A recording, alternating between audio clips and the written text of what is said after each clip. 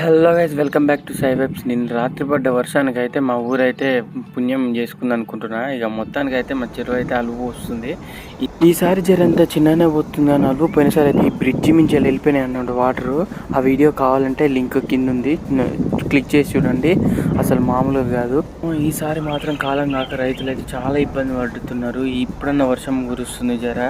నిజం చెప్పండి గైస్, అసలు ఈ సంవత్సరం వర్షాలంటే ఈ భీమచ్చం కురిసినాయి అసలు కురవనే కురరు. యాక్చువల్గా ఎండ కొట్టినట్టు మామూలుగా ఎండాకాలం కనుక కొట్టినట్టు కొట్టింది. యాక్చువల్గా ఈసారి కాలమే కాలేదు ఎక్కువ.